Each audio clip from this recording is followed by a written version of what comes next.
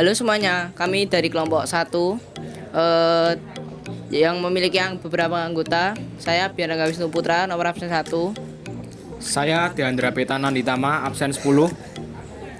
Saya Kinanti dari absen 21. Saya Yohanes Kristitus dari absen 34. Nah, di sini kami dari SMK Mikael. Nah, di sini kami sedang berada di Museum Purbakala Sangiran. Tujuan datang di sini untuk mengedukasi tentang manusia purba, hewan serta alat bantu yang digunakan pada zaman dahulu.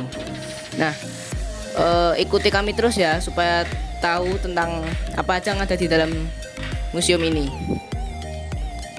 Tonton sampai selesai ya.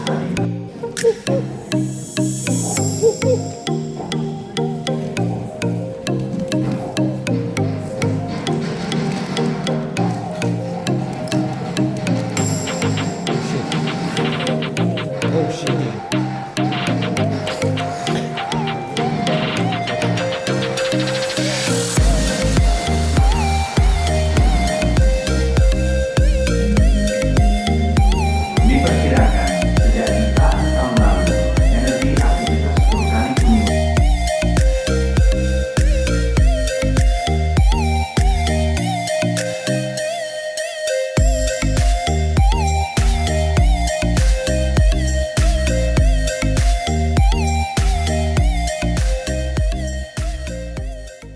Ya. Jadi nanti kalian di dalam museum akan melihat fosil, karena museum ini sebagai pusat informasi dan juga sebagai pusat untuk menyimpan fosil. Fosil di kehidupan masa lampau, berupa temuan tengkorak fosil manusia, fauna, lapisan tanah, dan budaya alat batunya. Sekarang ini kita berada di lapisan tanah dengan umur 1.800.000 tahun yang lalu. Lapisan tanah ini adalah hasil endapan lahar Gunung Lawu purba, diperkirakan tidak mengandung fosil mamalia. Jadi aman untuk didirikan bangunan museum yang permanen. Luas area museum ini 11.000 meter persegi. Memang ketebalan endapan lahar yang paling tebal itu di sini. Jadi museum ini pindah ke sini tahun 1984. Awalnya museum pertama kali dibangun tahun 1974. Dulu di museum ini, di samping area parkir. 10 tahun di sana karena tempat menampung fosil tidak muat, akhirnya pindah ke sini. Jadi fosil-fosil dalam museum ini semuanya dari situs. Sejauh mata memandang dari luas situs 59,21 km persegi terletak antara dua kabupaten, Sragen dan Karanganyar. Kita kembali ke endapan lahar. Ini lahar dingin dari Gunung Lawu purba, tapi gunung yang usianya jutaan tahun yang lalu, bukan gunung yang sekarang.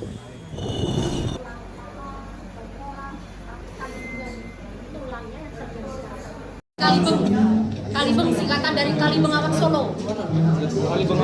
Karena tempat fosil pertama kali di aliran Sungai Bengawan Solo. Kalibeng itu untuk lingkungan laut. Dari laut berubah di rawa, yang pucangan aja. Pucangan aja. Pucangan. Oh, tuh. Dari laut sampai berubah menjadi rawa karena ada endapan lahar Gunung Lawu purba. Tuh. Ini sudah kabur. Terus langsung. Dari laut berubah menjadi rawa. Ini formasi pucangan. Ini untuk lingkungan rawa. Sudah ada migrasi manusia tertua di Jawa, Gigantropus valencianicus, dan juga fauna, buaya, kuda nil, gajah, rusa sudah mulai banyak di Sangiran pada saat itu. Dari rawa beralih menjadi daratan, ada formasi lapisan Grenzberg. Berasal dari bahasa Jerman karena artinya pembatas. Grenzberg ini berasal dari bahasa Jerman, pembatas. Rawa di bawahnya dan daratan subur di atasnya, formasi kampung di bawah di atasnya. Grenzberg ini lapisannya mengandung gamping, jadi sangat keras, sehingga berubah Sangiran menjadi daratan sepenuhnya, menutup rawa-rawa itu. Selanjutnya ada formasi Kabung 730.000 tahun lalu. Di sini golden eranya Sangiran. Maka populasi fauna dan manusia paling banyak di masa ini. Ini masa subur-suburnya. Faunanya lengkap. Ada fauna bertanduk dan juga fauna tidak bertanduk. Tapi manusianya tipe Pithecanthropus erectus. Jadi Pithecanthropus yang ditemukan di Trinil itu migrasinya awalnya dari Sangiran. Sangiran ditemukan lebih tua lagi. Selanjutnya terakhir ada formasi Notopuro. Di sini berlangsung singkat karena aktivitas gunung mulai naik, cuaca menjadi sangat panas, sungai-sungainya mengering, Sangiran tidak mungkin ditinggali. Mereka meninggalkan Sangiran, migrasi ke wilayah timur, sehingga banyak ditemukan di Sabung Macan, Ngawi, Ngandong, Trinil, sampai ke Blora. Karena Sangiran sudah terjadi perubahan lingkungan sangat panas. Jadi mereka meninggalkan Sangiran. Kita tengah aja. Ini luas itu sudah ditemukan fosil terletak antara Kabupaten Karanganyar dan juga Sragen.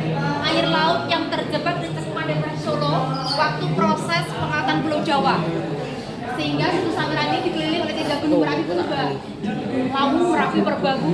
3 gunung yang usianya jutaan tahun yang lalu meletus secara bergantian terus menerus dan tidak terputus, sehingga terjadilah perubahan lingkungan itu. Tapi yang paling dominan adalah Gunung Lawu purbanya, paling banyak pengendapannya. Itu letaknya paling jauh. Halo semua, sekarang saya ada di museum alat pameran. Di sini saya akan menjelaskan tentang kapak perimbas. Kapak perimbas merupakan alat batu yang digunakan untuk memotong kayu, memecah tulang, atau mengulikti hewan. Nah, bentuknya sangat sederhana seperti ini, bisa dilihat. Tapi perannya sangat membantu untuk manusia purba pada zaman dahulu. Nah, kemudian ada benda bernama flex yang akan dijelaskan oleh Andra. Oke, jadi berikut serpeh atau flex. Di sini ada satu di sini sama satu di sini. Fungsinya ini hampir mirip seperti pisau kecil, digunakan untuk memotong daging, kulit, atau bahan-bahan lain yang dibutuhkan pada masa itu. Nah, dari alat-alat tadi kita bisa tahu bahwa manusia purba sudah memiliki kemampuan berpikir dan berinovasi. Mereka mampu memanfaatkan sumber daya alam di sekitarnya untuk memenuhi kebutuhan hidup. Berikut adalah kapak perunggu dari zaman Perundagia. Ini adalah kapak lonjong. Ini adalah kapak perimbas. Spesies yang berbeda. Karena lemur sampai saat ini juga masih ada, lemur tidak berevolusi. Ini adalah primata paling tua, dan di sini masih ordo primata, yaitu hominidae. Di sini ordo primata karena mereka tidak memiliki ciri manusia. Mereka belum mengenal sistem feudalisme, masih menggunakan tangannya untuk menopang badannya, tidak berjalan pakai 2 kaki. Yang ini manusia purba paling tua, ditemukan di Afrika, Australopithecus africanus. Ini Homo habilis, tapi yang ini belum bermigrasi. Yang mampu bermigrasi adalah Homo erectus ini, sang pengelana dunia. Ini Homo neanderthal, spesies di Eropa, dan ini Homo sapiens. Sampai temuan ke Homo sapiens di Afrika.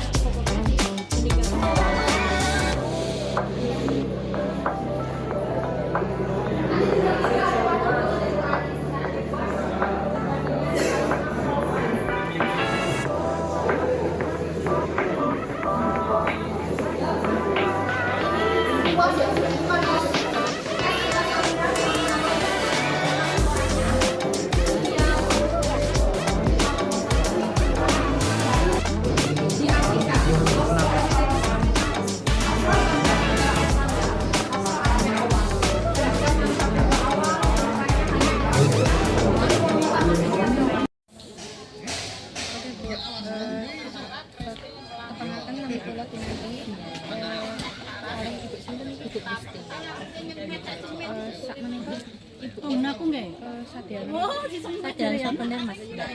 KC Sangiran yang dari produk UMKM dari Sangiran. Gini pun pinten per gini dari yang paling murah itu 50.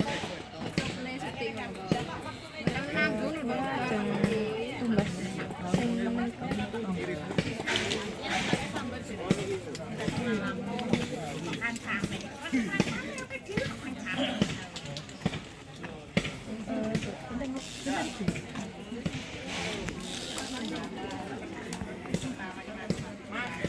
Ini sampai sekolah tinggi. Kulo kalih rencang-rencang saking SMK Katolik Santo Mikael Surakarta. Niki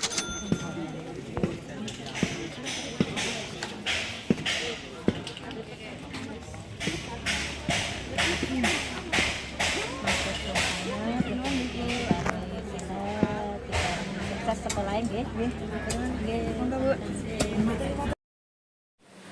Dari kunjungan ini, kami belajar bahwa manusia purba bukan hanya berjuang untuk bertahan hidup, tetapi juga berinovasi dan beradaptasi dengan lingkungan. Nah, mereka mengajarkan kita pentingnya rasa ingin tahu, kerjasama, dan semangat untuk terus berinovasi. Nilai-nilai itu masih relevan hingga sekarang, mengingatkan kami bahwa dari masa lalu kita dapat menemukan inspirasi untuk melangkah lebih baik menuju masa depan. Itulah perjalanan kami di Museum Sangiran. Tempat kita bisa melihat langsung jejak kehidupan manusia purba. Nah, dari sini kita belajar bahwa sejarah bukan sekedar masa lalu, tapi cermin untuk memahami siapa kita hari ini. Terima kasih telah mengikuti perjalanan kami. What the dog doing?